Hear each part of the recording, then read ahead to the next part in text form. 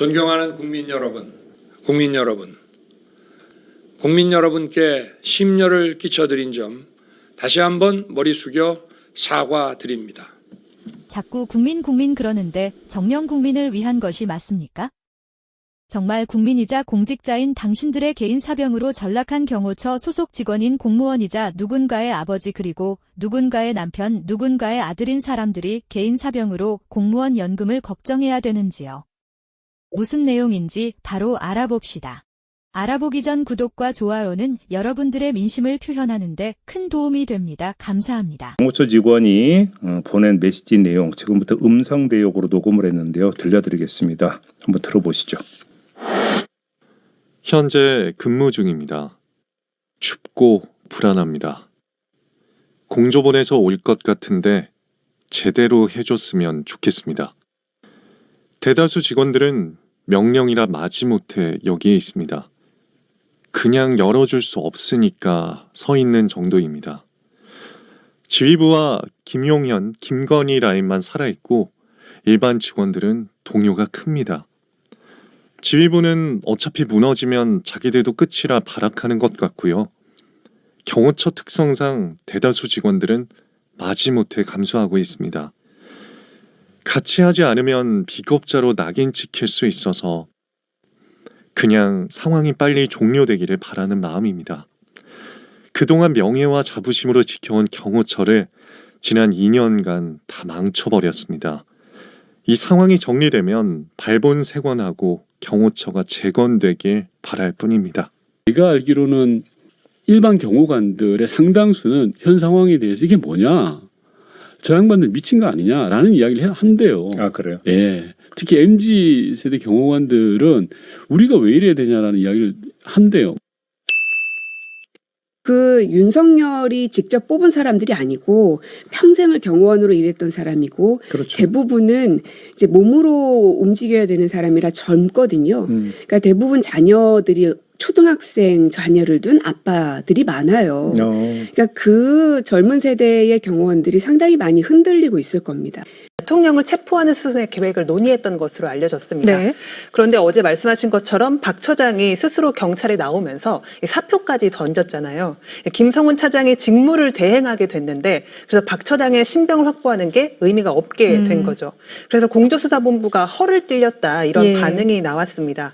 그런데 이 직무 대행을 하게 된 김성훈 차장은 말씀하신 것처럼 오늘 경찰 출석 조사에 불응을 했습니다. 네. 3차 요구였는데 불응했기 때문에 체포영장을 청구할 가능성이 높아진 거죠.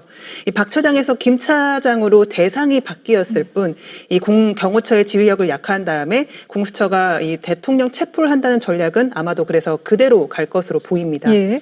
조금 전에 김상훈 기자의 이 중계에서도 전해드렸지만 공수처는 이미 윤 대통령 체포를 대비해서 질문지가 한 200쪽이 넘는 분량을 준비한 것으로 전해지고 있습니다. 그러니까 체포해서 조사를 하겠다는 이 공수처의 입장에는 변화가 없는 겁니다. 네. 근데 변수가 하나 또 나왔는데요. 이 최상목 대통령 권한대행입니다. 네. 이 최 권한대행이 어제 이 박종준 경호처장의 사표를 즉시 수리를 하면서 갑자기 여야가 합의해서 이 위헌적인 요소가 없는 특검법을 마련해달라, 이렇게 얘기를 했습니다. 예. 네, 돌이켜보면 앞서 이 민주당이 이미 특검 후보자 추천권을 여야가 아니라 제3자인 대법원장한테 맡기는 내용으로 특검법을 발의를 했습니다. 그렇죠. 그리고 야당이 후보자 재추천을 요구하는 권한인 이 비토권도 그 안에는 넣지를 않았어요. 그런데도 국민의힘은 이 내란 특검법을 당론으로 부결을 시킨 상태입니다. 그러니까 여야가 모두 동의하는 합의된 특검법이 나오기는 힘든 상황인데 이걸 최 권한대행도 알고 있을 거란 말이죠.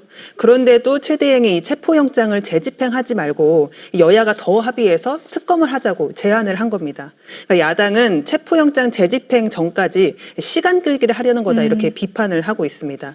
공조부는 일단은 이 최 대행의 제안은 대통령 수사와는 관계가 없다, 우리는 하던 대로 하겠다, 이렇게 얘기했는데요. 그러니까 정치권은 정치권대로 논의하고 수사는 수사대로 진행하겠다, 이런 입장을 세운 것 같습니다. 예, 지금도 뭐 시간이 너무 많이 흘렀는데 그 재집행에 들어가면 경호처가 예전보다 더 강경하게 나올 것이다, 이런 분석도 나오고 있지 않습니까? 이미 지금도 뭐 상태를 보면은 굉장히 치열하게 막아놓은 상태잖아요. 어떨까요? 더 힘들어지지 않겠습니까? 맞습니다. 일단 경호처가 지금까지 파악된 것만 봐도 공간 구역 입구에 이 버스를 여러 대로 주차를 해놓고 네. 외벽 울타리에는 보면은 지름이 한 60cm 정도 되는 철조망을 설치를 한 것으로 파악이 되고 있습니다.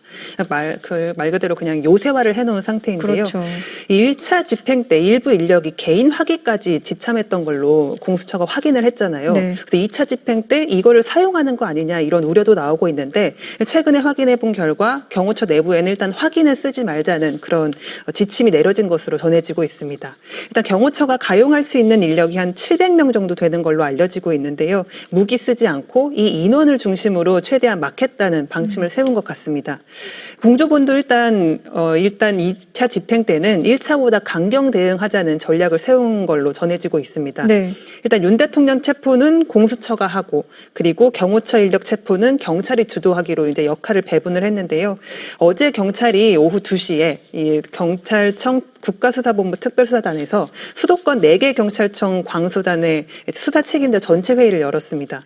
약 2시간 동안에 이 경호처 직원들을 현행범으로 체포하게 될 가능성을 염두에 놓고 전체 회의를 한 것으로 전해졌는데요. 예. 일부는 실제로 관저 인근을 답사도 한 것으로 전해지고 있습니다.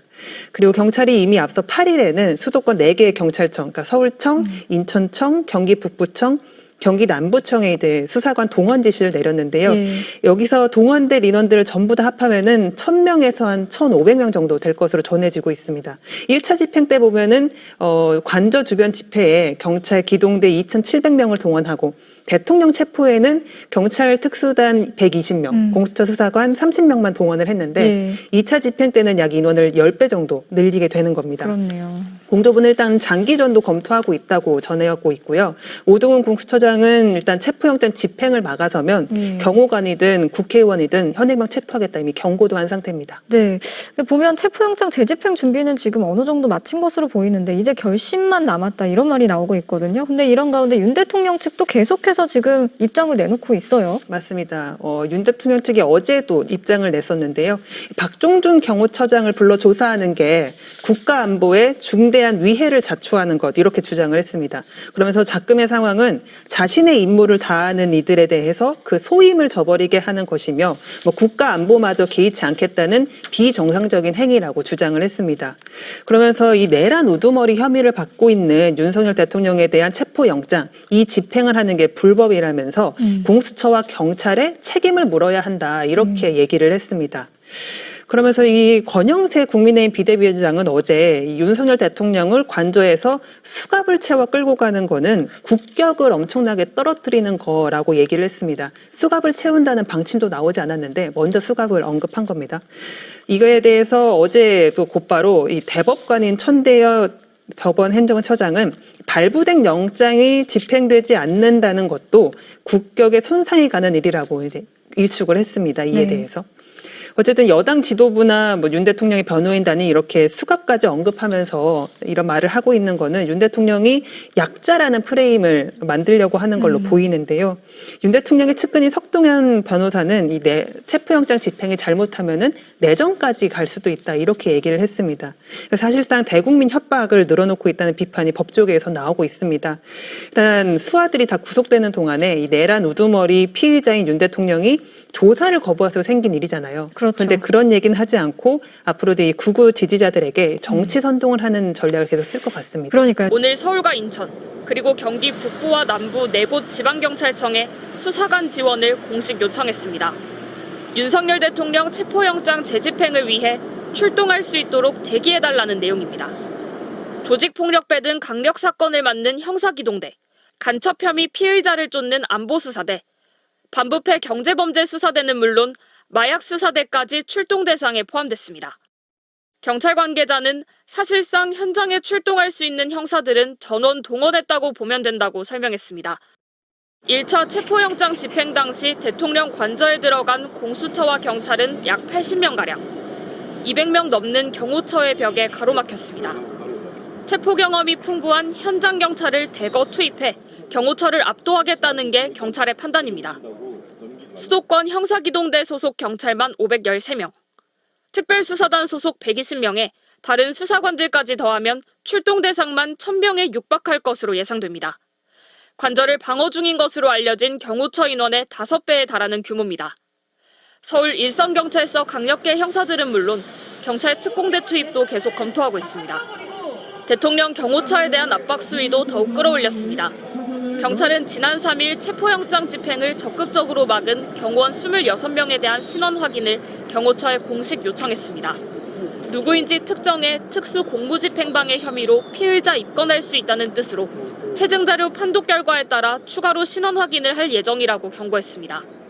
체포 방해와 내란 가담 혐의를 동시에 받는 박종준 경호처장은 내일 오전 10시 세 번째 소환 통보를 받은 상태입니다.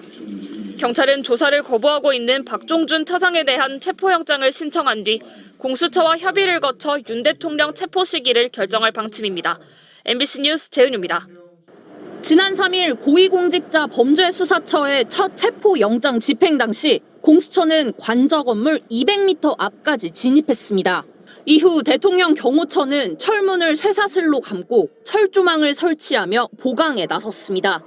동시에 인력도 크게 늘렸다고 청와대 국정상황실장 출신인 더불어민주당 윤건영 의원이 주장했습니다. 전체 700명 중 전직 대통령 경호 등 외부 근무 인력을 빼고 사무직까지 전부 동원됐다는 겁니다. 여기에 500명이 들어갈 공간도 없는데 경호처의 모든 인원들을 다 동원했다라는 거고 한남동 관저타운을 하나의 요새로 만들어서 지금 쓰고 있는 거예요.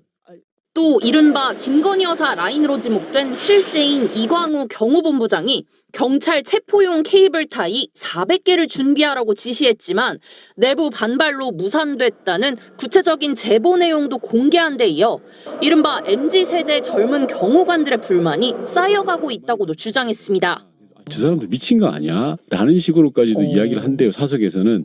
밑에 특히 MZ세대 경호관들은 부글부글 한답니다. 실제로 경호처 관계자는 일일이 사실을 확인해드릴 상황이 아니라면서 경호관들은 개인 의견에 따라 일하지 않는다고 선을 그었습니다.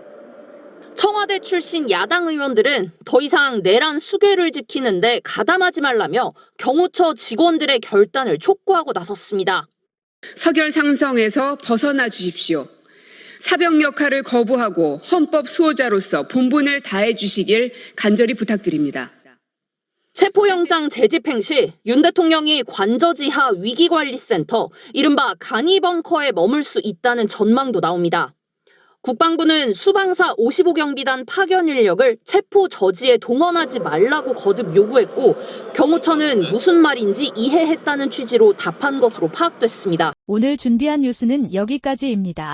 앞으로도 대한민국의 올바른 민주주의가 정착할 때까지 빠르고 정확한 뉴스 가져오는 정치풍선이 되도록 하겠습니다. 구독과 좋아요로 여러분들의 민심을 표시 부탁드립니다. 감사합니다.